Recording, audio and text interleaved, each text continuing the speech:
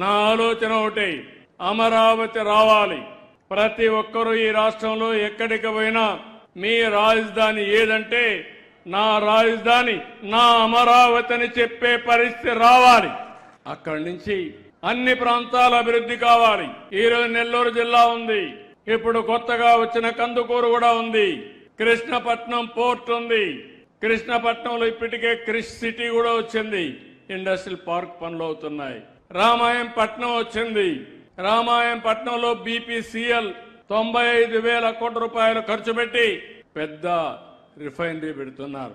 అదే సమయంలో అక్కడనే అరామ్కో కూడా వచ్చి వారితో కలిసి నెక్స్ట్ లెవెల్కి తీసుకుపోవాలని ఆలోచిస్తున్నారు. అదే మాదిరిగా ఏదైతే ఎప్పటి నుంచో చెప్పాను ఎయిర్పోర్ట్, తప్పకుండా కావలి పక్కన ఏదైతే మన దగదర్తి ఎయిర్పోర్ట్ తొందరలోనే ప్రారంభించి వీలైనంత తొందరలో పూర్తి చేస్తాం.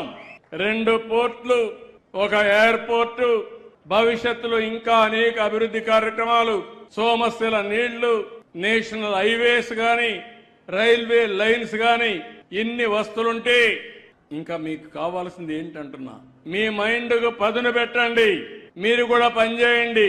నేను ఒకటే ఆలోచిస్తున్నాను, ఈ 3 ప్రాంతాలకి, 2 జిల్లాలకి ఇది వస్తే తిరుపతి ఒక స్పిరిచువల్ సెంటర్ గా ఉంది, శ్రీ సిటీ ఇక్కడే ఉంది.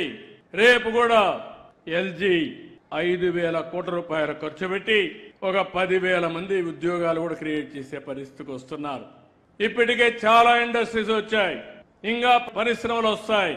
ఇంకో పక్క రాయలసీమ ఉంది, గ్రీన్ ఎనర్జీ హబ్ గా తయారవుతుంది, హైటెక్ ఇండస్ట్రీస్ వస్తాయి, విశాఖపట్నంలో స్టీల్ వస్తుంది. ఈ విధంగా మొత్తం రాష్ట్రం అంతా అభివృద్ధి చేయాలనేది నా ఆలోచన. ఇప్పుడే రామనారాయణ గారు చెప్పినట్టు ఇక్కడే సోమశిల ఉంది గాని మీ నియోజకవర్గంలో ఉంది కానీ మీ నియోజకవర్గానికి నీళ్లు రావడం లేదు. ఆ నీళ్లు ఇచ్చే బాధ్యత ఈ ప్రభుత్వానిదని మరొక్కసారి మీ అందరికీ హామీ ఇస్తున్నాను.